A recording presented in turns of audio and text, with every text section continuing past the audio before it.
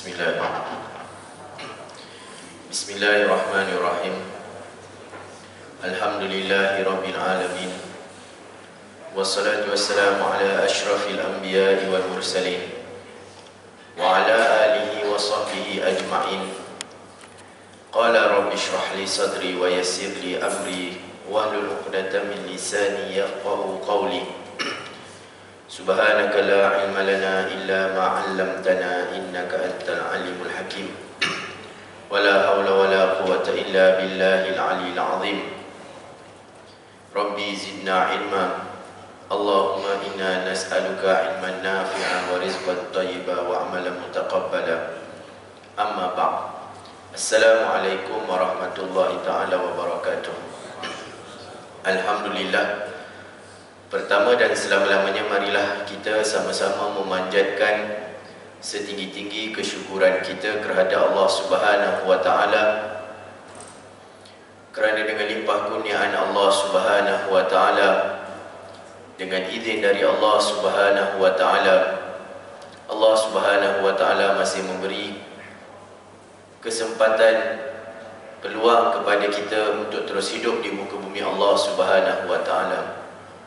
Alhamdulillah, bersyukur kita kepada Allah Subhanahu wa taala kerana dengan pilihan dari Allah Subhanahu wa taala, dengan kekuatan dari Allah Subhanahu wa taala, Allah Subhanahu wa taala masih memilih kita daripada sekalian hamba Dia yang ada untuk kita dapat taat dan patuh perintah Allah Subhanahu wa taala. Kita dapat sama-sama mendirikan solat subuh secara berjemaah. Mudah-mudahan Allah Subhanahu wa taala dengan rahmat dan kasih sayangnya mengurniakan kita segala kelebihan bagi setiap hamba yang datang ke rumah Allah Subhanahu wa taala pada subuh pagi untuk menyatakan, untuk membuktikan ketauhidan kita kepada Allah Subhanahu wa taala. Mudah-mudahan dengan rahmat dan kasih sayang Allah Subhanahu wa taala, Allah Subhanahu wa taala redha kepada kita dan akhirnya dengan rahmat kasih sayang Allah Subhanahu wa taala kita akan dimasukkan oleh Allah ke dalam syurga-Nya. Tuan-tuan, puan-puan, ibu-ibu, ayah-ayah yang dirahmati oleh Allah Subhanahu wa taala, kehidupan kita di muka bumi Allah Subhanahu wa taala ini adalah satu kehidupan yang singkat, dan pengakhiran kehidupan kita adalah akhirat Allah Subhanahu wa taala. Maka dengan sebab itu perlu kepada kita sentiasa bermuhasabah diri. Apakah sudah cukup bekalan untuk kita bawa bertemu dengan Allah Subhanahu wa taala untuk hari esok?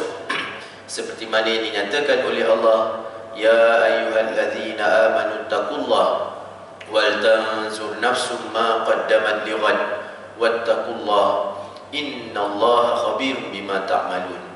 Wahai orang-orang yang beriman, bertakwalah kamu kepada Allah Subhanahu wa taala dan lihatlah pada diri kamu apakah bekalan yang kamu nak bawa untuk hari esok. Dan sekali lagi Allah memerintahkan kita supaya bertakwa kepada Allah, dan Allah menyatakan sesungguhnya Allah mengetahui setiap apa yang kita lakukan. Mudah-mudahan kita sentiasa bermuhasabah diri, kita sentiasa memperlengkapkan diri kita, memperbanyakkan amalan kita supaya kita tidak menjadi golongan yang rugi bila mana kita dibangkitkan oleh Allah di hari akhirat kelak. Tuan-tuan, puan-puan, sidang jemaah yang dirahmati oleh Allah Subhanahu wa taala, saya menyampaikan dua berita kematian pada pagi ini. Bila saya bangun pagi nak datang ke surau ini, tengok dalam WhatsApp ada dua berita kematian berkaitan dengan dua orang yang mempunyai jasa yang besar. Yang pertama, kita dapat berita kematian Profesor Emeritus Dr. Mahmud Zuhdi, seorang pemikir, seorang pensyarah di Universiti Melaya yang banyak sumbangan-sumbangan beliau dalam bidang akademik telah pun menghembuskan nafasnya yang terakhir pada pagi ataupun malam tadi. Dan yang kedua, seorang bekas pelajar kuis, merupakan seorang pimpinan pelajar pada tahun 2016.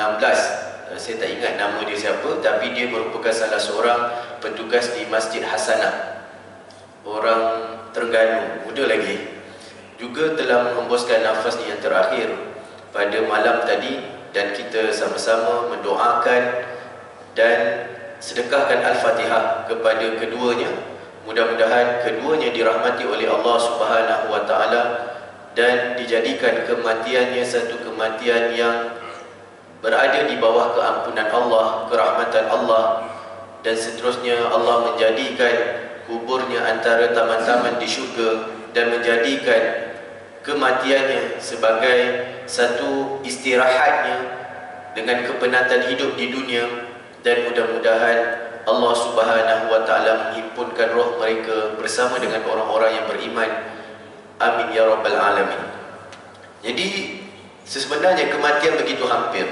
Dua, seorang yang memang dah veteran, seorang lagi umur dalam awal, mungkin tak sampai lagi 30. Nak menyatakan bahawa mati tidak pernah mengenal usia, kan? Alhamdulillah saya baru dikurniakan cahaya mata dalam 13 hari bulan 6 yang lepas. Masih dalam keadaan menjaga orang batang, kan? Tengah 2 hari keluar dan bawa, kemudian kuning naik, bawa ke hospital Kajang. Tengah hantar anak tu, dengar juga ada baby yang baru lahir meninggal dunia. Kan? Maksud mati ni bukan tentu pada yang tua. Siapa je bila mana telah sampai masanya, maka dia akan bertemu dengan Allah Subhanahu wa taala. Maksudnya sedia ke tidak, dia tetap akan bertemu dengan Allah Subhanahu wa taala. Mudah-mudahan berita kematian ini menjadikan kita hamba Allah Subhanahu wa taala yang sentiasa berfikir bahawa setiap hari pertambahan usia kita, maka begitu hampir kita dengan kematian bertemu dengan Allah Subhanahu wa taala. Jadi insya-Allah pada pagi yang mulia ini saya nak berkongsi dengan tuan-tuan dua kisah. Sebab kedua kisah ni dua kisah yang ringkas. Sebab tu bawa dua. Kalau satu kisah yang panjang, saya akan baca satu kisah lah. Dalam buku yang sama, yang saya setiap kali saya datang saya baca kat sini. Mudah-mudahan kita dapat habiskan buku ini. Iaitu berkaitan yang pertama, bagaimana karamah Sayyidina Umar Al-Khattab radhiyallahu ta'ala anhu. Sayyidina Umar ini merupakan sahabat Rasulullah sallallahu alaihi wasallam, khalifah Amirul Mukminin yang kedua selepas selepas Abu Bakar As-Siddiq. Sebab nama Abu Bakar ni Abdullah bin Abi Quhafah. Abu Bakar itu gelaran dia. Selepas kematian Abu Bakar, kewafatan Abu Bakar, maka Sayyidina Umar merupakan khalifah yang diangkat oleh orang-orang Islam untuk memimpin orang-orang Islam yang ada pada ketika itu, dan dia adalah orang pertama yang menggunakan gelaran sebagai Amirul Mukminin. Yang pada awalnya beliau antara yang paling kuat menentang Rasulullah sallallahu alaihi wasallam, sehingga Nabi berdoa kepada Allah, ya Allah, berikanlah hidayah sama ada kepada Umar ataupun Abu Jahal. Maka Allah Subhanahu wa taala lebih memilih Umar untuk mendapat hidayah, dan akhirnya dia memeluk Islam. Dan bila mana Sayyidina Umar memeluk Islam, maka Islam menjadi lebih kuat. Dan pada diri Sayyidina Umar ini terdapat banyak kelebihan. Antaranya Allah Subhanahu wa taala turunkan beberapa ayat Al-Quran bersempena dengan fikrah ataupun bersempena dengan idea daripada Sayyidina Umar. Antaranya adalah berkaitan dengan solat di belakang makam Ibrahim. Kan, lepas kita tawaf, kita sembahyang, disunatkan untuk sembahyang di belakang makam Ibrahim, sembahyang sunat tawaf. Suatu hari Sayyidina Umar datang bertemu dengan Rasulullah. Dia kata apa? Ya Rasulullah, alangkah baiknya selepas kita tawaf, habis tawaf kita boleh solat di belakang makam Ibrahim. Maka Allah menurunkan perintah kepada Nabi supaya bersetuju, dan Allah bersetuju dengan apa yang dinyatakan Sayyidina Umar. Hingga ke hari ini, kalau kita tawaf, habis tawaf kita sunat untuk sembahyang belakang makam Ibrahim. Yang kedua, berkaitan dengan penutupan aurat kepada kaum muslimat.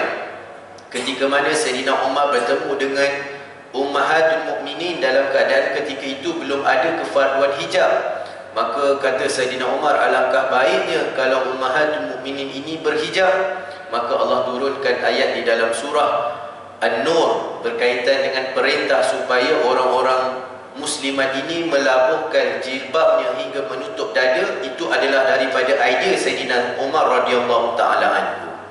Dan antara yang lain juga adalah Allah Subhanahu wa taala lebih bersetuju dengan pandangan yang dilontarkan oleh Sayyidina Umar bin Al-Khattab dalam memberikan keputusan terhadap musuh-musuh Islam yang telah pun ditawan di dalam perang Badar. Kan kita tahu perang Badar berlaku pada tahun kedua Hijrah, dan ramai daripada orang-orang kafir Quraisy, pembesar-pembesar Quraisy telah pun mati di dalam peperangan, dan ramai juga di antara mereka yang ditawan. Kemudian Nabi SAW tanya pandangan para sahabat, apa yang kita nak lakukan kepada tawanan-tawanan dalam perang Badar? Kata Sayyidina Umar, kita pancung je ya Rasulullah, yang mana dah akil baligh tu jangan benarkan dia hidup. Tetapi pandangan Sayyidina Abu Bakar, dia kata jangan bunuh, tetapi yang mana boleh membaca dan menulis, kita minta mereka ini mengajar anak-anak orang Islam. Maka Nabi lebih mengambil pandangan Sayyidina Abu Bakar As-Siddiq, tetapi Allah Subhanahu wa taala selepas itu menyatakan kepada Nabi pandangan Sayyidina Umar itu adalah lebih aula dan lebih tepat. Ini antara kelebihan-kelebihan yang ada pada Sayyidina Umar, dan pada Sayyidina Umar ini juga terdapat banyak karamah. Antaranya kata Nabi, kalau Sayyidina Umar lalu di satu jalan, maka akan bertempiaran, setan-setan berlari, iblis-iblis lari lintang pukang sebab takut dengan kehebatan yang ada pada Sayyidina Umar. Dan pada suatu hari Sayyidina Umar berada di atas mimbar di Madinah. Kemudian Sayyidina Umar memberikan arahan kepada tentera-tentera Islam yang ketika itu sedang berperang dengan tentera-tentera Rom. Sayyidina Umar kata, lari ke arah bukit. Maka ketika itu tentera-tentera yang sedang berperang mendengar suara Sayyidina Umar dan mengikut arahan. Ketika itu Sayyidina Umar berada di kota Madinah, dan akhirnya orang Islam mendapat kemenangan. Ini antara karamah yang ada pada Sayyidina Umar. Dan satu lagi kisah yang akan saya bacakan sebentar lagi juga adalah berkaitan dengan karamah yang ada pada Sayyidina Umar. Apakah itu karamah sebelum tu? Sebab kita ni bila dengar karamah, kita akan ingat ini wali, boleh terbang, boleh lalu atas air kan. Yang pertama, kita kena tahu bahawa ada perkara-perkara tertentu yang menyalahi adat dan fitrah, fikiran, maka ianya boleh berlaku dengan izin Allah Subhanahu wa taala kepada hamba-hamba Allah yang terpilih. Kalau Allah berikan kepada para nabi dan para rasul, maka dia disebut sebagai mukjizat. Sebab tu ada perkara-perkara yang menyalahi adat, yang tidak sepatutnya, yang kalau kita fikir itu tidak logik, tetapi boleh berlaku kepada para nabi dan para rasul sebagai bukti kenabian. Antaranya bila mana manusia boleh bercakap dengan binatang, seperti Nabi Sulaiman alaihissalam. Mustahil boleh manusia bercakap dengan binatang, tetapi kalau Allah izinkan, maka ia boleh berlaku, dan ia dinamakan sebagai mukjizat. Nabi Musa boleh menjadikan kayu ataupun tongkat ular. Nabi Daud boleh melembutkan besi. Nabi SAW dengan pelbagai mukjizat, makanan yang sedikit cukup untuk beribu-ribu orang. Seekor kambing boleh dimakan 3,000 orang. Kalau logik akal, manalah cukup seekor kambing kan? Kita buat bakar kambing golek seekor pun berapa orang je boleh makan. Orang kemudian datang tak cukup. Tapi Nabi dengan mukjizat yang ada, suatu yang menyalahi adat yang tak boleh kita berfikir. Nabi Ibrahim, api yang sifatnya membakar boleh jadi sejuk. Maka itu disebut sebagai mukjizat.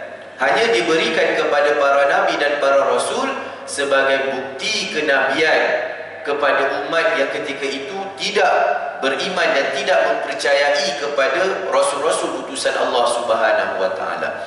Dan yang kedua, sekiranya perkara-perkara yang menyalahi adat ini berlaku kepada manusia biasa, bukan para nabi dan para rasul, maka ini disebut sebagai karamah. Dan karamah ini hanya diberikan kepada para wali-wali Allah. Siapa dia wali Allah? Adalah orang-orang yang taat dan patuh pada perintah Allah Subhanahu wa taala, yang mana mereka ini juga tidak mengetahui bahawa diri mereka adalah wali. Wali dia tak akan kata dia wali, kecuali wali anak lah. Kalau nak kahwinkan, saya wali kepada anak saya, itu betul. Tapi kalau dia mengaku aku ni wali, itu maksudnya kita percaya itu bukanlah. Sebab dia sendiri tak mengetahui. tentang kewalian yang Allah berikan kepadanya, sebagaimana yang berlaku kepada para sahabat. Seperti mana saya kata Saidina Umar tadi, macam mana pula boleh nak bagi arahan dia ada dekat Madinah, tentera terang berperangkap Rom pergi lari, setan boleh lari dan sebagainya. Ini adalah karamah, dan karamah yang paling banyak dan paling besar yang ada pada diri umat Nabi Muhammad adalah istiqamah. Siapa yang nak jadi wali, dia kena istiqamah. Istiqamah dalam apa? Istiqamah dalam ibadah. Itu adalah karamah yang paling besar. Sebab bukan senang nak dapat istiqamah ni. Nak istiqamah sembahyang subuh secara berjemaah, cuba.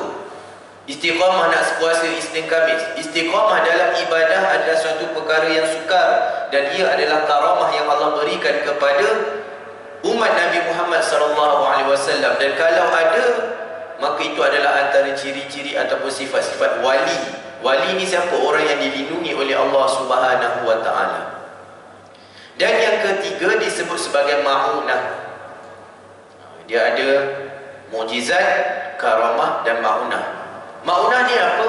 Ma'unah ni yang kita pernah baca hadis, barang siapa yang berdoa kemudian Allah tak makbulkan doa dia, maka Allah akan simpan doa dia untuk 3 perkara. Sama ada Allah Subhanahu wa Ta'ala akan makbulkan sebab pada waktu yang sesuai dengan keadaannya. Yang kedua, Allah akan simpan doa dia untuk di hari akhirat kelak. Yang ketiga, Allah akan menyelamatkannya daripada musibah atas doa dia. Antara karamah ataupun ma'unah yang kadang-kadang boleh kita jadikan sebagai contoh, kadang-kadang kita lihat seorang manusia yang berlaku kemalangan. Pada logik akal, kemalangan kalau macam ni memang dah lama meninggal dunia, tapi orangnya hidup. Keadaan kereta remuk, tapi orang dalam kereta itu sikit pun tak tercedera. Itu disebut sebagai ma'unah. Ma'unah ini adalah pertolongan daripada Allah Subhanahu wa Ta'ala kepada hamba-hambanya dengan sebab-sebab tertentu ataupun dengan doa. Ma'unah ini juga boleh datang dengan orang yang solat subuh secara berjemaah. Allah boleh turunkan ma'unah sebab Allah kata siapa yang sembahyang subuh secara berjemaah, maka pada hari itu Allah akan lindung. Contoh, kalau ada kebakaran dia ada dalam rumah tu, api tak membakar dia, contoh, maka itu disebut sebagai ma'unah. Perkara luar biasa yang menyalahi kepada logik akal kita. Kalau kita lihat, pernah berlaku pada adik saya pernah cerita, rasa kena langgar dengan bas tu kemek kan. Masa tu di tingkatan 1 nak lintas sekolah belah kanan, turun bas, lalu depan bas sebab kecil tak perasan bas tu jalan, boom, tercampak. Orang ingat dah mati dah, hantar hospital Raut. Masa tu dia sekolah di Dom, Raut tak nak terima, suruh hantar ke hospital Kuala Lumpur. Rasa macam dah tak hidup dah, tapi tengok dia sikit pun tak cedera, cuma dia terperanjat. Itu disebut sebagai ma'unah. Itu bukan karamah, itu ma'unah. Mungkin doa-doa orang yang tertentu, mungkin amalan-amalan yang tertentu menyebabkan diri dia dilindungi. Bukan sahaja pada dia, kadang-kadang mungkin doa ibu ayah, doa ahli keluarga yang terdekat, maka itu boleh menjadi ma'unah ataupun pertolongan Allah Subhanahu wa Ta'ala. Okay, kita cuba lihat apakah kisah yang berlaku, karamah yang berlaku kepada Saidina Umar bin Al-Khattab radhiyallahu ta'ala anhu. Selepas kewafatan Saidina Abu Bakar, maka Saidina Umar dilantik menjadi khalifah yang kedua dan diberi gelaran sebagai Amirul Mukminin. Maka ketika itu Saidina Umar akan menghantar utusan-utusan ke negara-negara yang berjaya ditakluk oleh orang Islam pada ketika itu. Antara yang dihantar adalah Amr bin Al-As. Dia dihantar menjadi gubernur Islam di negara Mesir. Sebab tu di Mesir, di Kairah ada satu masjid disebut sebagai Masjid Amr Al-As.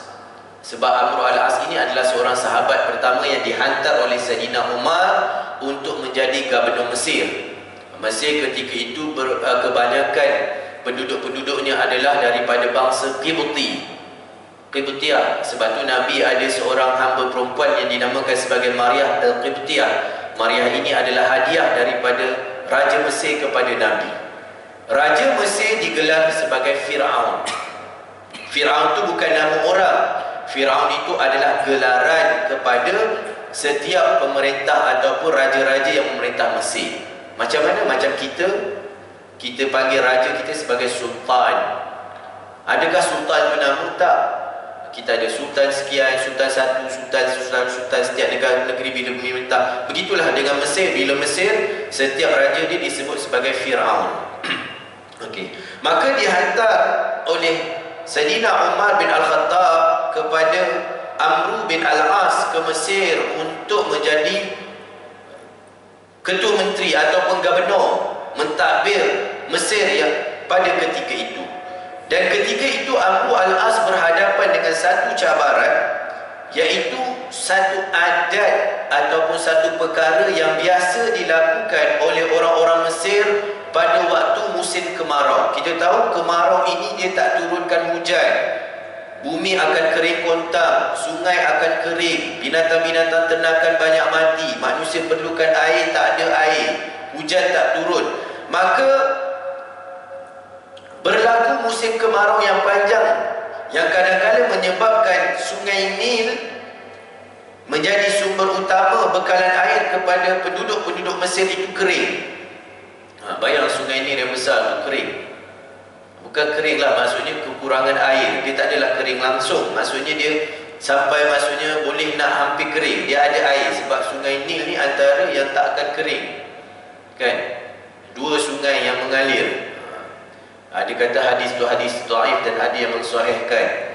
Dua sungai yang mengalir daripada syurga ke bumi adalah sungai Furat dan sungai Mesir, sungai Nil. Kalau tuan-tuan boleh tengok hadis tersebut. Dan ada juga hadis yang menyatakan antara gunung-gunung yang akan dikekalkan di dalam syurga adalah tempat Nabi Musa menerima wahyu, dan juga Jabal Uhud yang menjadi saksi kepada perjuangan Rasulullah SAW. Maka menjadi tradisi bagi orang-orang Qibti yang merupakan masyarakat pribumi negara Mesir ketika itu, bila mana keadaan kering kontang, air tak ada, maka mereka akan mengadakan upacara korban dalam satu tempoh untuk penunggu-penunggu sungai kononnya, iaitu dengan melakukan apa? Mereka akan korbankan, cari anak dara suti yang paling cantik yang ada pada ketika itu, maka akan disembelih dan dicampakkan dia ni ke dalam sungai sebagai korban untuk menarik penunggu ni supaya turunkan, supaya mengalir semula. Benda ni menjadi tradisi tahunan. Ini yang ada kadang-kadang kita tengok kan. Dulu gempar seorang Mak Saleh panjat bukit, panjat gunung Kinabalu. Kemudian sampai dekat atas puncak Kinabalu, dia bogel, ambil gambar, lepas tu turun, lepas tu berlaku gempa. Kalau tuan-tuan ingat dulu pernah berlaku gempa dekat kota Kinabalu, bukit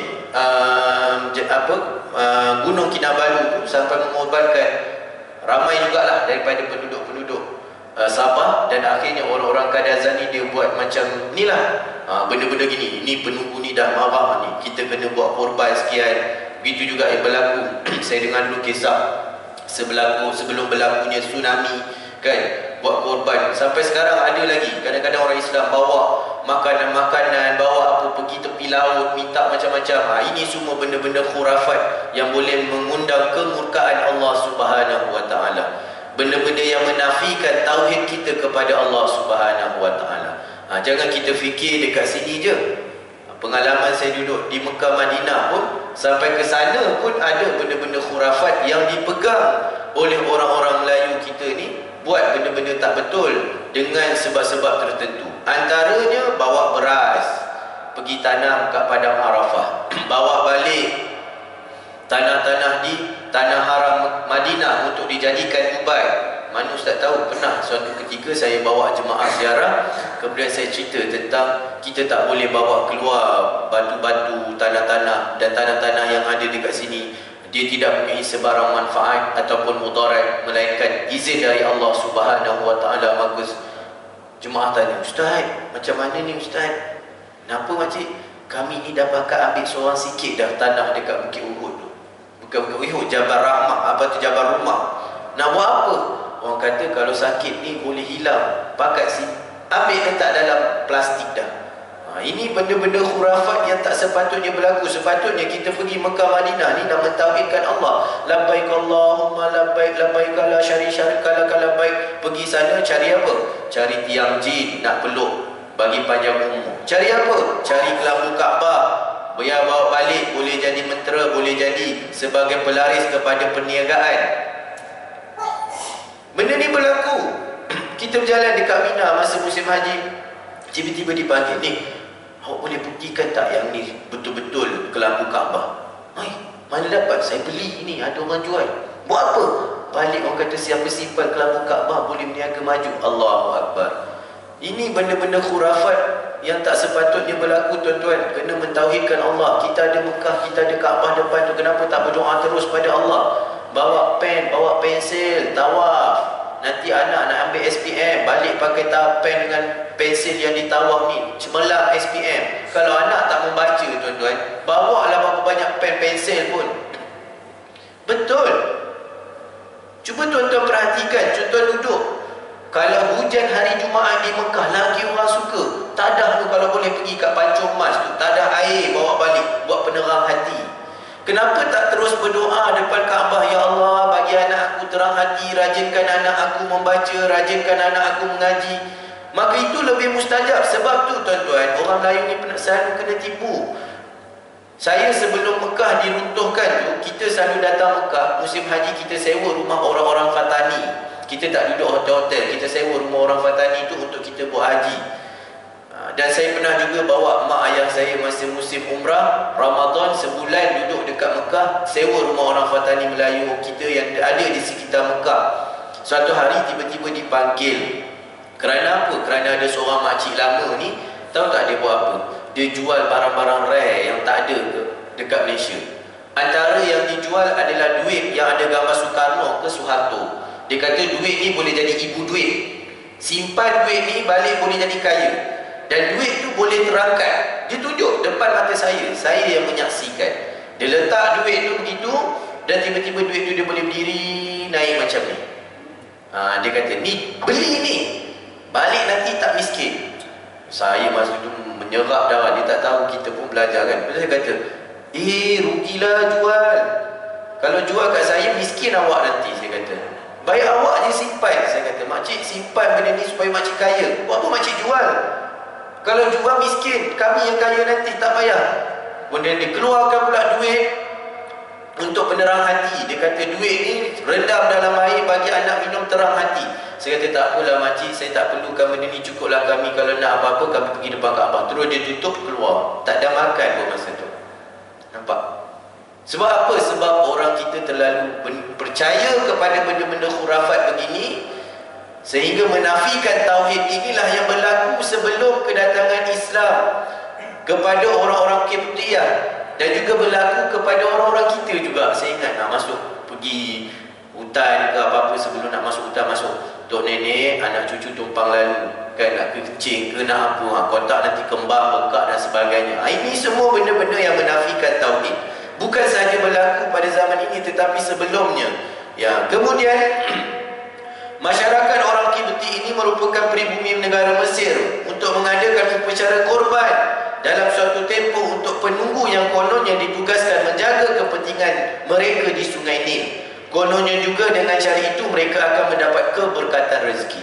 Berapa ramai yang buat benda-benda khurafat ini sebab nakkan keberkatan rezeki.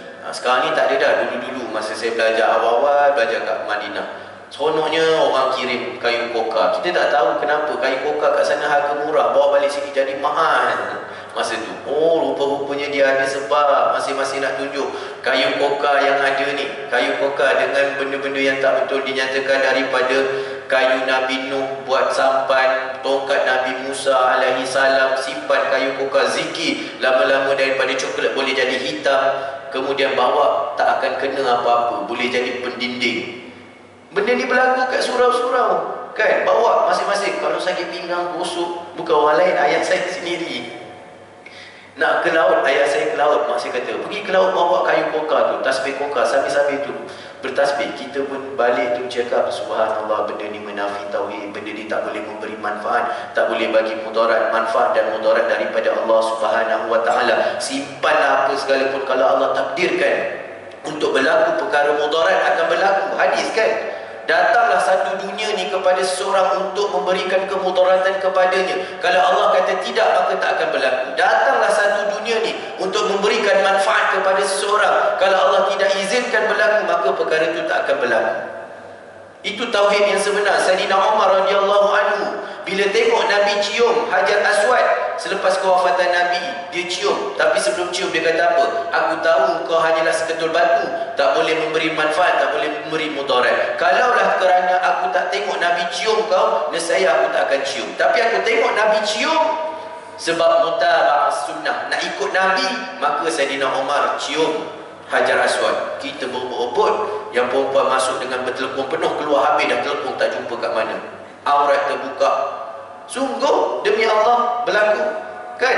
Siapa yang pernah ada pengalaman nak pergi tengok macam mana keadaan? Sampai ada sedikit pula bawa jemaah siapa nak cium Hajar Aswad. Sebab apa kita fikir? Dengan kita bukan nak mutaba'ah sunnah tu, tapi kita dengan segala benda yang kita fikir ini dan sebagainya. Tengok Sayyidina Umar kata, aku tahu kau batu, tak boleh bagi manfaat, tak boleh bagi mudarat. Aku cium ni sebab Nabi SAW cium kau. Mereka juga percaya bahawa ibadah korban menggunakan anak dara yang paling elok dipilih dalam kalangan mereka itu penting supaya penunggu tersebut tidak murka kepada mereka. Tuan-tuan bayangkan bagaimana beratnya dugaan Amr bin Al-As. Ingat mudah kau pergi satu tempat nak berdakwah kepada tauhid, rupanya ada orang buat benda-benda khurafat. Baru datang dekat tempat ni tiba-tiba nak mengatakan benda ni tak boleh. Ia bukan perkara yang mudah. Satu benda yang nak bawa, kalau kita berada pada satu tempat yang benda tu dah menjadi akar umbi, kemudian kita nak kata benda ni tak boleh, benda ni menyalahi adat, benda ni bukan menyalahi agama, apa yang kita buat selama ni tak betul, boleh mendatangkan kemurkaan Allah. Itu bukan benda yang mudah.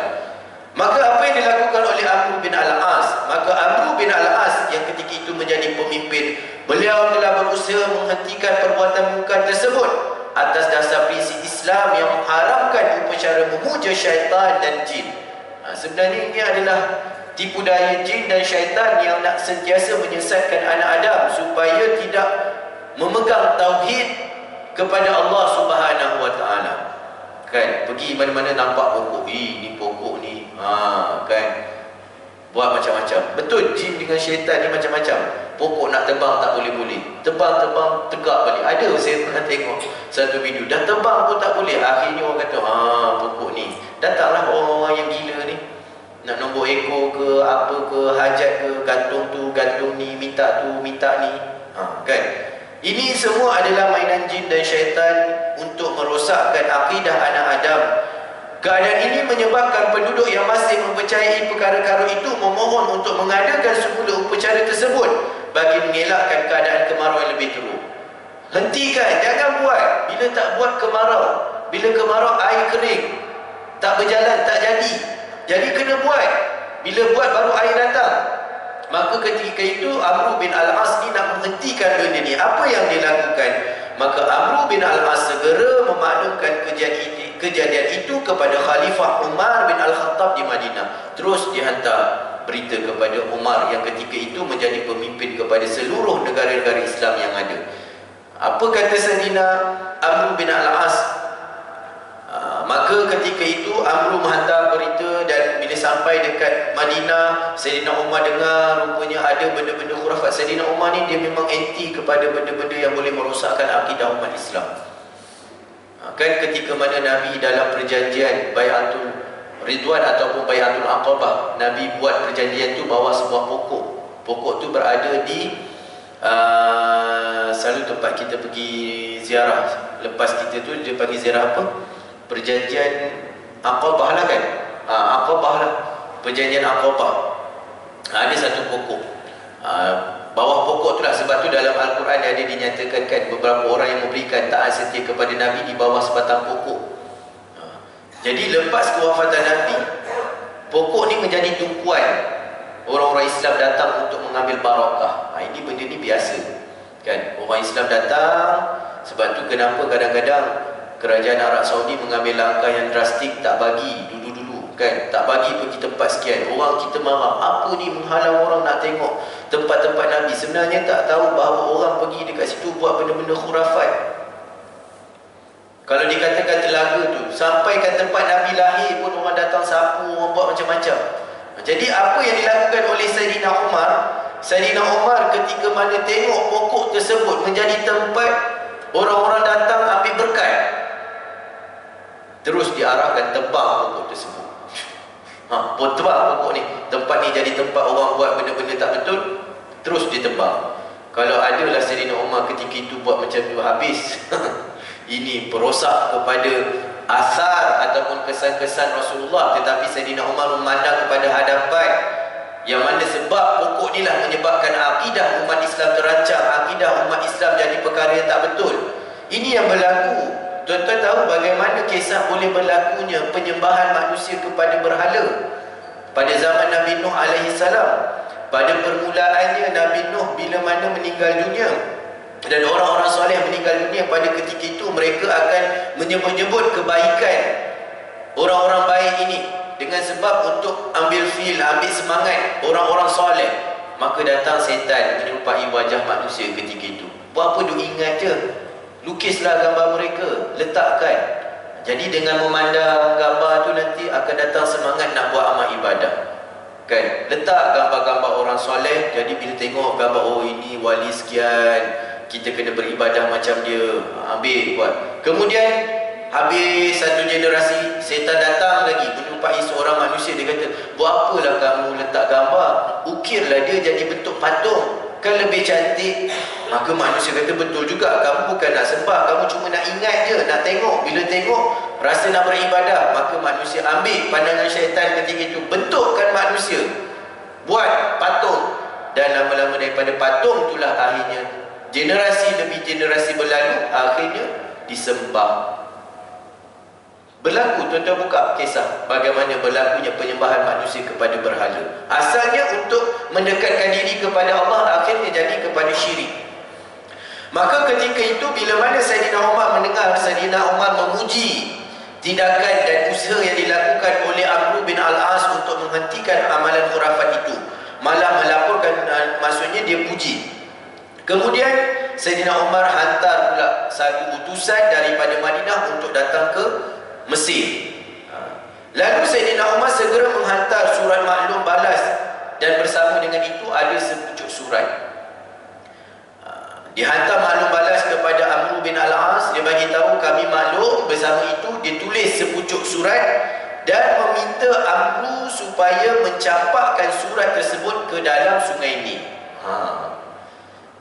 Kan dia bagi tahu dekat Amr, kau jangan sekian-sekian. Bersama dengan itu dia buat satu surat. Dia minta utusan ni bagi dekat Amr, bagi tahu dekat Amr, kalau dapat surat ni campak dalam sungai Nil. Maka sejurus Amr menerima surat daripada Saidina Umar. Beliau mendapati ada bersamanya surat lain yang alamatnya untuk sungai Nil. Saidina Umar dia buat surat. Surat itu tuju dia, alamat dia adalah sungai Nil. Apa yang ditulis oleh Saidina Umar?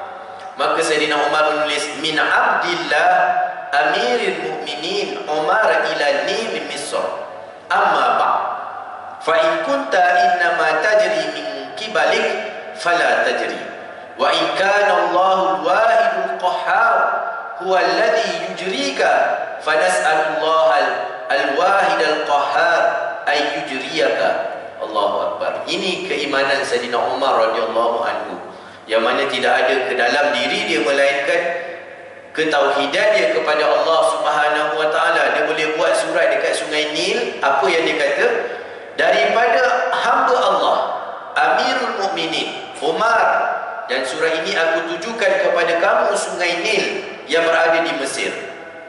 Kemudian kata Saidina Umar, jika engkau mengalir kerana kehendakmu semata-mata, kalau engkau mengalir ini kerana kehendakmu semata-mata, maka janganlah engkau mengalir lagi. Kalau engkau mengalir ini kerana keinginan kau, dah cukup, berhentilah, tak payah mengalir.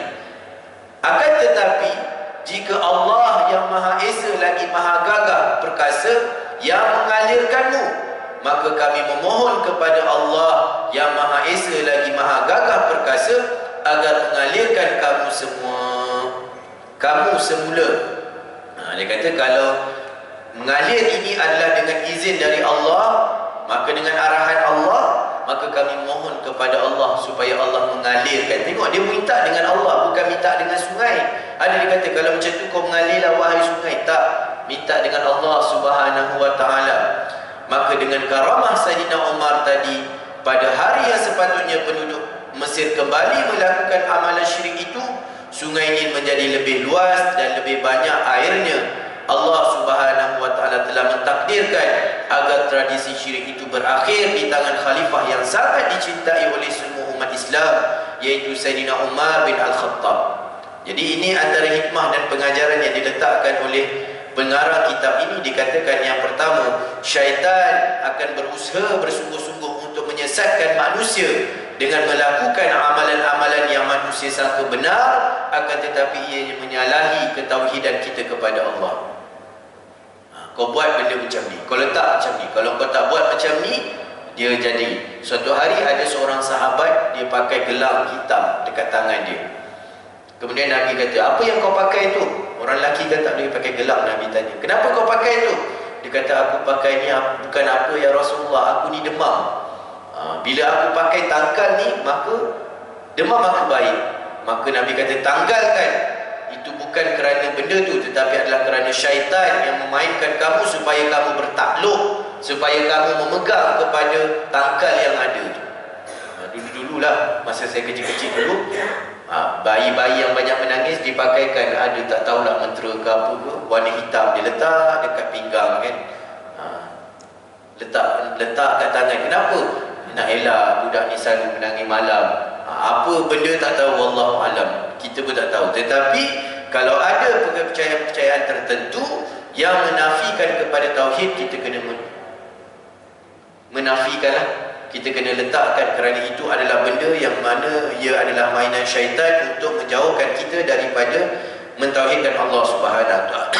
Manusia yang beribadah dengan taat dan ikhlas kepada Allah akan dikurniakan kelebihan yang dinamakan karamah, seperti mana yang dikurniakan oleh Sayyidina Umar bin Al-Khattab. Maka ini disebut karamah. Karamah ini adalah kepada hamba-hamba Allah yang taat dan patuh, bukan kepada hamba Allah yang asi, yang buat maksiat. Ini wali, tengok-tengok wali sahukuk pakai seluar pendek. Ustaz wali ni, ustaz pergi ni, dia boleh kasyaf, boleh tengok apa yang ada dalam hati kita dan sebagainya. Tengok masjid pun tak pernah nampak kan. Kalau wali kan betul ikut pakai tutup aurat, ini seluar pendek, merokok pula. Kan banyak benda-benda begitu kita tengok, tapi orang nak kata dia ni sekian-sekian. Kena ingat, kadang-kadang benda-benda begini, bila ada perkara-perkara gaib yang berlaku yang boleh dia tahu, kebiasaannya dia adalah mainan syaitan, adalah menggunakan perantaraan jin dan syaitan. Umat Islam wajib kembali kepada Allah, memohon rahmatnya dalam segala ujian yang berlaku dalam hidup mereka, seperti yang berlaku kepada kisah penduduk Mesir. Pemimpin negara mestilah sedaya upaya membentuk sebuah negara yang diredai oleh Allah dengan membasmi segala kemungkaran. Ini tugas pemimpin. Kan, tengok ada benda-benda yang boleh membawa kepada khurafat, membawa kepada syirik kepada Allah, maka perkara itu perlu dielakkan. Masyarakat bukan Islam mampu hidup dengan aman dan damai di bawah payungan Islam yang mementingkan keadilan dan kesejahteraan. Maksudnya, kalau Islam memerintah, semua manusia akan hidup aman dan tenteram. Kita lihat dalam sejarah Islam, tak pernah bila mana Islam memerintah, Islam menafikan hak-hak bukan Islam. Tetapi kita lihat bila mana orang Islam berada di bawah pemerintahan bukan Islam, apa yang berlaku di Myanmar, apa yang berlaku di India, apa yang berlaku di Palestin ketika mana Yahudi dan Nasrani memerintah. Dia bunuh orang Islam, dia halau orang Islam. Tetapi sejarah tamadun manusia ni tak ada satu pun yang pernah menyatakan bila Islam memerintah, orang Hindu tak boleh beramal, orang kafir, orang Kristian kena halau. Tak ada. Tengoklah mana-mana negara sekarang yang dipimpin oleh orang Islam. Orang yang bukan Islam boleh hidup aman harmoni. Tetapi tengok nasib orang Islam yang berada di bawah pimpinan bukan Islam, yang berlaku di China, yang berlaku di Turkistan, Uyghur tu, tengok puasa tak boleh, kena paksa makan babi. Maka itu adalah perkara yang berlaku sekarang ini. Kalau orang berada di bawah pemerintahan Islam, mereka akan selamat walaupun bukan Islam.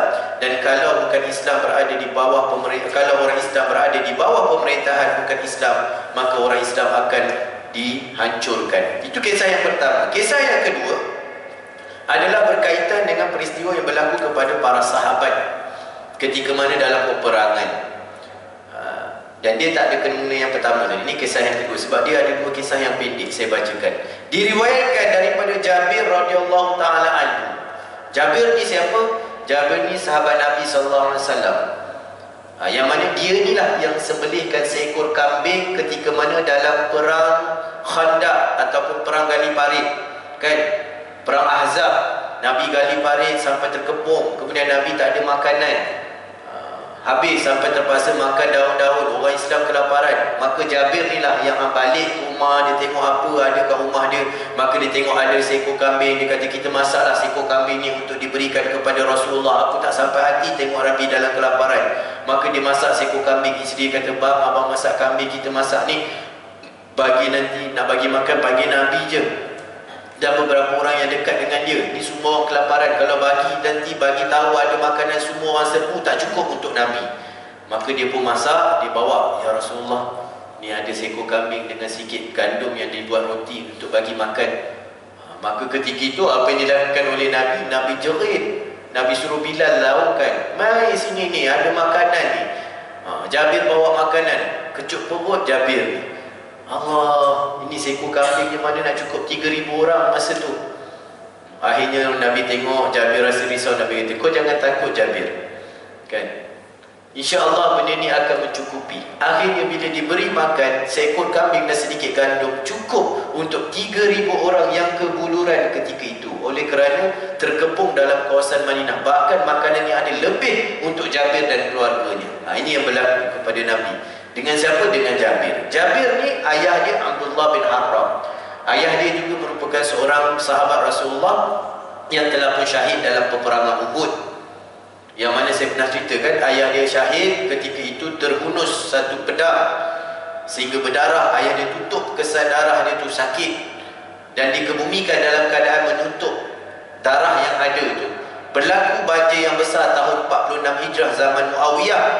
Semua jenazah yang dihimpunkan dalam peperangan Uhud itu yang ditanam ni dibawa air sehingga timbul air bawa tanah-tanah ni.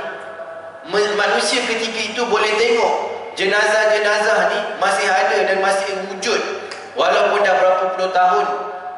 Meninggal dunia 46 berlaku perang Uhud tahun yang ketiga. Maksudnya lebih kurang 43 tahun dalam tanah tapi tak dimakan. Dan akhirnya Jabir kata, aku pergi kepada ayah aku ketika itu tangan ayah aku menutup luka yang ada dan aku tarik tangan ayah aku keluar darah daripada jenazah ayah aku.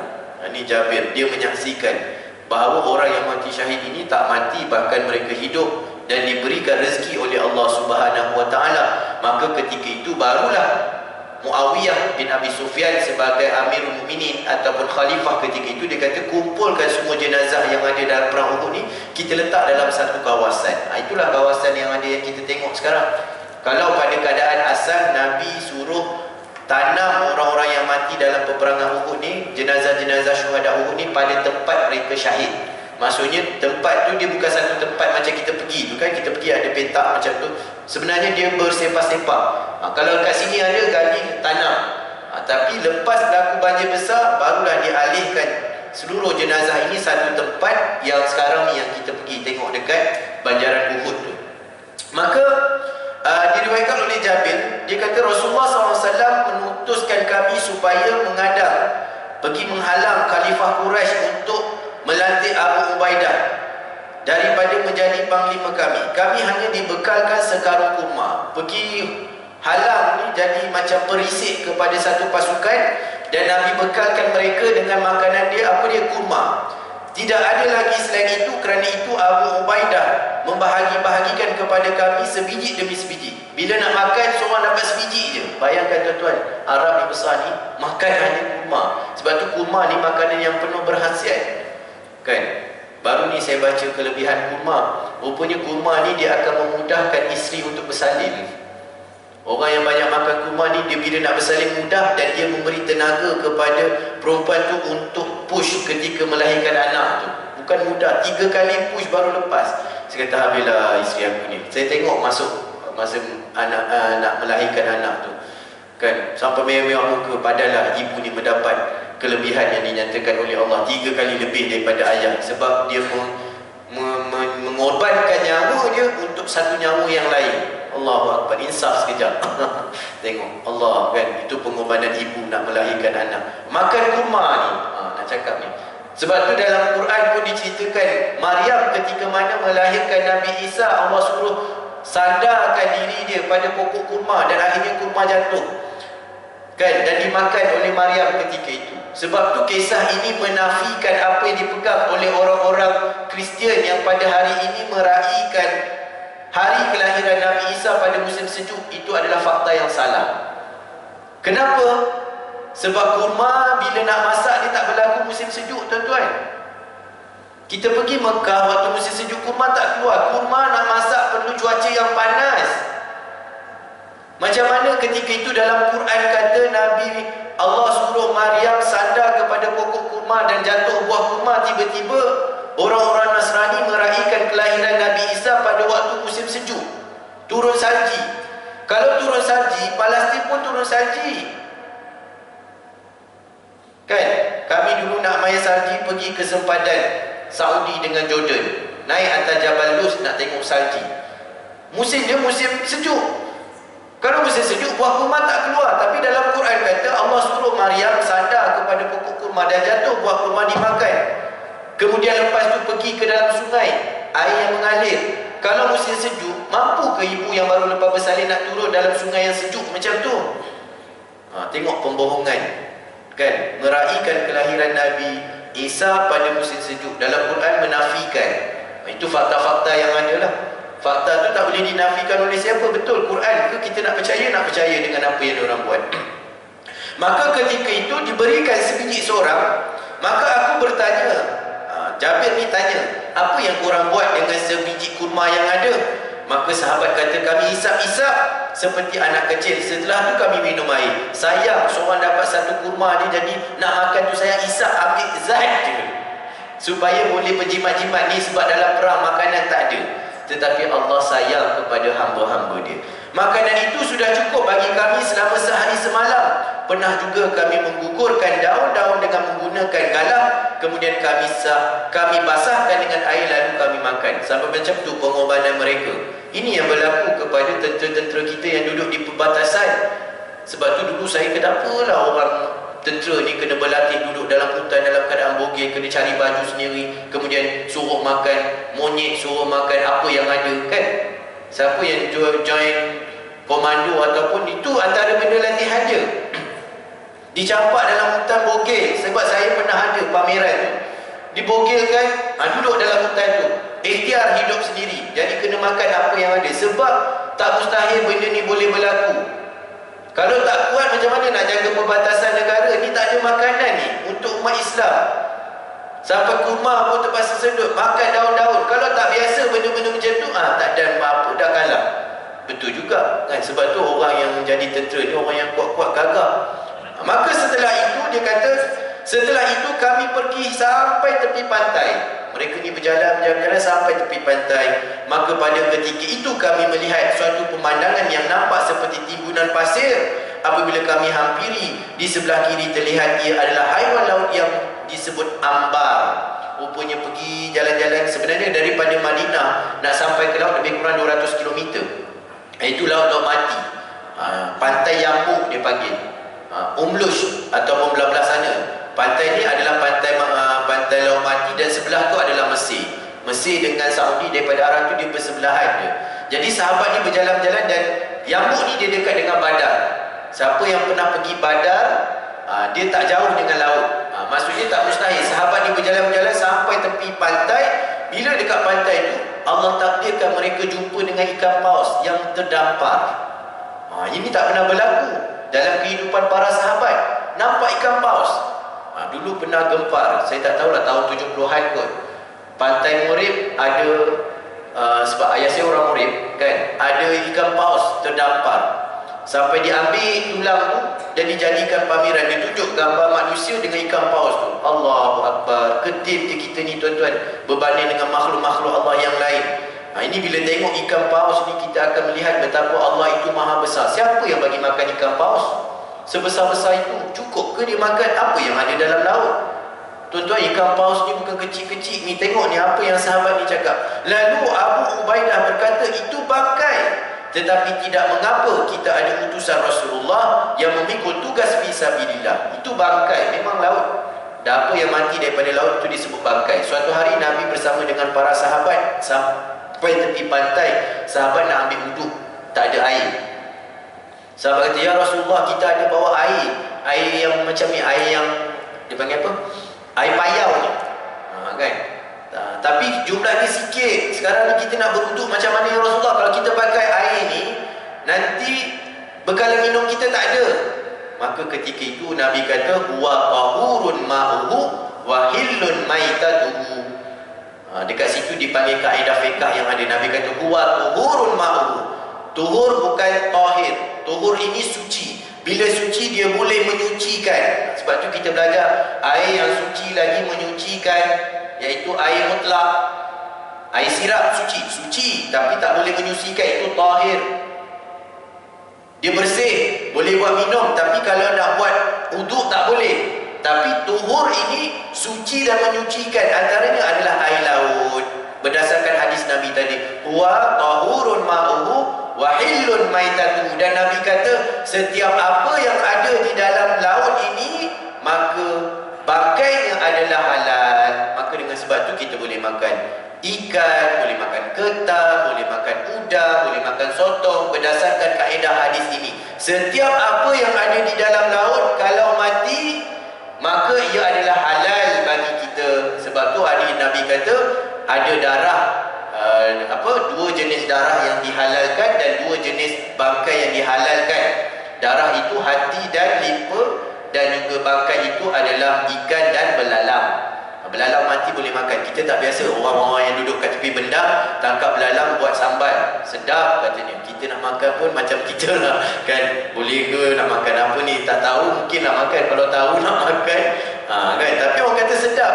Belalang, tambah belalang kunyit. Siapa yang duduk tepi bendang, dia tahulah kot benda-benda itu. Saya bukan orang yang duduk tepi bendang dan saya tak tahu benda tu, tapi diceritakan kepada kita bahawa sedap makan daging belalang. Wah, kalau ada orang bendang boleh ceritalah. Okey, kemudian bila nampak macam tu, kalian dalam keadaan terpaksa itu, kemudian kalian boleh makan. Kami menetap di tempat itu selama sebulan, dan jumlah kami seramai 300 orang. Kami semua sudah menjadi gemuk kerana makan ikan tersebut. Dia makan ikan paus tu, sebesar-besar tu, dia potong-potong, dia makan. Akhirnya 300 orang yang Nabi hantar di kurus sebelum tu tak ada makanan, jadi gemuk. Kerana apa? Kami juga mengambil minyak daripada rongga matanya dan menadahnya dengan tempayan besar. Kemudian kami memotong-motong badan ikan yang besar itu seperti melapah daging lembu. Bayangkan sebesar mana binatang ni. Besar tuan-tuan. Kalau kita tengok, mau kalau ni besar pasti ni. Sebab tu ada kisah Zunnun kan, Nabi Yunus duduk dalam perut ikan kan. Saya baca dalam teroka sains. Tuan-tuan tahu tak, fakta sains mengatakan macam mana cara ikan paus tidur. Ikan paus kan dia jalan begini kan, tapi kalau tidur dia akan menegak macam ni. Dia akan banyak macam ni. Itu cara dia tidur dalam laut, dikaji. Teroka sains buku tu, Masya Allah, Tabarakallah, melihat kebesaran Allah. Bila dia jalan gini, tapi kalau tidur dia akhirnya kepala dia naik atas, dia macam diri ikan tu. Nanti banyaklah dalam laut tu. Subhanallah, Maha Suci Allah yang Maha Hebat. Dan kita nampak ikan paus ni besar begini kan tuan-tuan. Hadis Nabi daripada hadis Abu Hurairah, bila mana seorang Yahudi datang nak tes Nabi SAW. Dia ni Nabi ke tidak? Antara soalan yang ditanya kepada Nabi, kalau betul kau seorang Nabi, apakah makanan pertama yang akan dihidangkan kepada ahli syurga oleh Allah? Wah, apa dia makanan pertama? Macam kita masuk hotel 5 bintang, dia akan datang hidang yang kecil-kecil dulu sebelum kita makan yang banyak-banyak tu kan. Kalau makan lepas satu pinggan kan.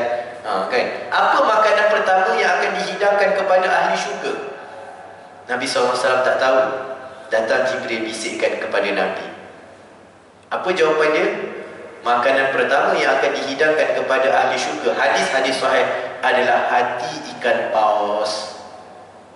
Kenapa hati ikan paus, Ustaz? Wallahu a'lam. Saya tak tahu. Tapi dalam hadis itu dinyatakan bahawa hati ikan paus adalah makanan pertama yang Allah akan hidangkan kepada ahli syurga. Mudah-mudahan kita semua nanti dapat merasa makan hati ikan paus dalam syurga Allah Subhanahu wa taala. Tuan-tuan tak percaya boleh rujuk hadis.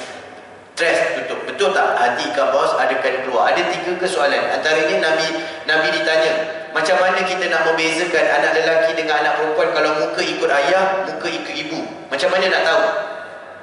Nabi SAW bagi tahu dalam tu. Tengoklah apa jawapan Nabi. Kalau muka mak macam mana, muka ayah macam mana? Nabi jawab. Dan akhirnya masuk Islam Yahudi tersebut. Itulah yang dinamakan sebagai Abdullah bin Salam. Tuan-tuan pernah dengar Abdullah bin Salam, seorang Yahudi, pendeta Yahudi yang memeluk Islam. Dia test Nabi dengan soalan-soalan tersebut. Nabi dapat jawab. Dia kata jawapan ni tak tahu melainkan dia seorang Nabi dan Rasul sahaja. Maka dengan ini aku mengatakan bahawa aku beriman kepada Allah dan engkau adalah Rasulullah. Okey, kemudian Abu Ubaidah memanggil 13 orang tentera dalam kalangan kami, lalu menyuruh mereka masuk dalam rongga mata ikan. Ternyata mereka semua muat untuk masuk ke dalam rongga mata ikan. Rongga mata ikan 13 orang boleh muat, boleh masuk. Setelah itu dia mengambil tulang rusuk ikan tersebut dan menegakkannya. Lalu kami membawa unta kami yang paling besar untuk berjalan di bawah tulang rusuk ikan tersebut dan boleh dimasuki. Dan kami pun mengambil daging itu untuk dimasak dan sebagai bekalan. Jadi dah habis sebulan dia pun balik. Balik tak balik saja, bawa bekalan untuk Rasulullah SAW. Nak tengok apa kata Nabi. Setelah kami sampai ke Madinah, kami pergi berjumpa dengan Nabi SAW dan kami ceritakan peristiwa itu kepada baginda sampai Nabi bersabda, huwa rizqun akhrajahu Allahu lakum fahal ma'akum min lahmihi syai'un fatut'imuna. Jadi hadis ni nak menyatakan bahawa harus untuk kita makan daging ikan paus ataupun lemak-lemak paus yang ada pada mata tu kan, dia ambil lemak ikan, dia buat makan yang jadi omega tu kan. Maka Nabi kata apa? Bila dicerita, Nabi kata ia adalah rezeki yang Allah kurniakan kepada kalian. Kemudian Nabi tanya, ada tak korang bawa balik sikit daging tersebut, aku nak makan? Nabi kata, adakah kalian membawa dagingnya sedikit untuk kami rasa daging tersebut? Kami pun memberikan daging yang kami bawa kepadanya, lalu baginda pun makan. Dikatakan daging ini dia disalai, bukan salai apa? Dijemur, dijadikan sebagai macam ikan masin lah kot. Kau tak nak bawa dalam tempoh tersebut, macam mana busuk lah kan. Tapi sebenarnya dia disalaikan ataupun dia macam dikeringkan. Dan benda ni juga berlaku kepada daging. Sebab tu tuan-tuan fikir dulu-dulu kalau orang pergi haji, mana ada peti ais macam kita. Jadi daging-daging yang disembelih di Mina, maka dia akan dikeringkan dan dibawa balik. Sebab tu ada hadis kan, yang Nabi kata daging kurban tak boleh disimpan lebih daripada 3 hari tu. Kalau tuan-tuan pernah tengok hadis tersebut, itu pada ketika itu. Sebab kalau boleh suruh masak dan bagi makan ketika itu, jangan disimpan. Daging masin lah. Kalau kita ikan masin, dia orang daging masin. Kawan saya pernah berkawan dengan orang-orang daripada Rusia, Kazakhstan, Turkistan, yang Tantan ni lah, yang berperang dengan Chechnya apa semua tu. Diorang kalau pergi haji, masa dulu diorang pergi haji naik kereta, bukan naik kapal terbang apa semua. Dia berjalan naik gitu. Jadi antara bekalan yang dibawa adalah daging kuda masin. Daging kuda tu dia masinkan, dia buat jeruk, kemudian sampai dekat Mina dia akan masak. Kawan saya pernah makan lah, siapa saya tak pernah. Saya pernah tanya juga kawan-kawan Rusia, kau tak bawa ke daging kuda masin? Dia kata kalau kau nak nanti aku bawa. Tapi katanya tak sampai lah. Tapi memang benda tu dilakukan lah. Itu antara teknologi yang ada untuk daging tersebut tahan lama. Maka itulah kisah yang boleh kita sampaikan dan pengajaran yang boleh diambil. Adaptasi daripada kisah ini dapatlah dijelaskan kepada kita bahawa para sahabat sentiasa bersabar dalam perjalanan fisabilillah, mampu melaksanakan tuntutan fisabilillah kerana amat mengerti erti sabar dan ganjaran yang akan diberikan oleh Allah. Yang kedua, menikmati hidangan dengan cara berjemaah, boleh mengundang berkat walaupun kuantiti makanan itu sedikit. Sikit kongsi sama-sama, insya-Allah ada keberkatan.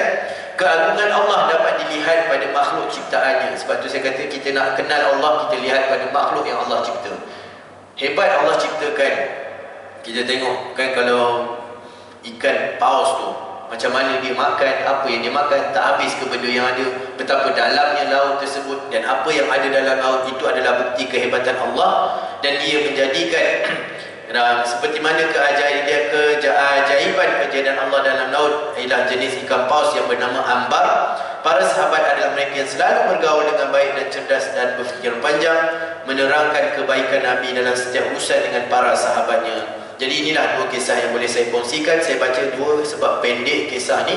Mudah-mudahan ianya memberikan kita manfaat dan memberi kita pengajaran. Dan insya-Allah kalau ada perjumpaan kita selepas ini, kita akan cerita pula bagaimana kisah lumpuh setiap kali berniat jahat. Ada seorang ni, dia setiap kali nak buat jahat, Allah lumpuhkan dia. Ini pada kisah ataupun perjumpaan yang akan datang. Jadi sekadar itu, segala yang baik datangnya daripada Allah Subhanahu wa taala, dan segala yang lemah adalah kelemahan saya sendiri. Mudah-mudahan Allah mengampuni dosa saya dan kita semua. Barakallahu fikum, jazakumullah khair. Subhanakallahumma bihamdik, asyhadu an la ilaha illa anta, astaghfiruka wa atubu ilaik. Wa sallallahu ala sayyidina Muhammad walhamdulillahirabbil alamin. Assalamualaikum warahmatullahi wabarakatuh.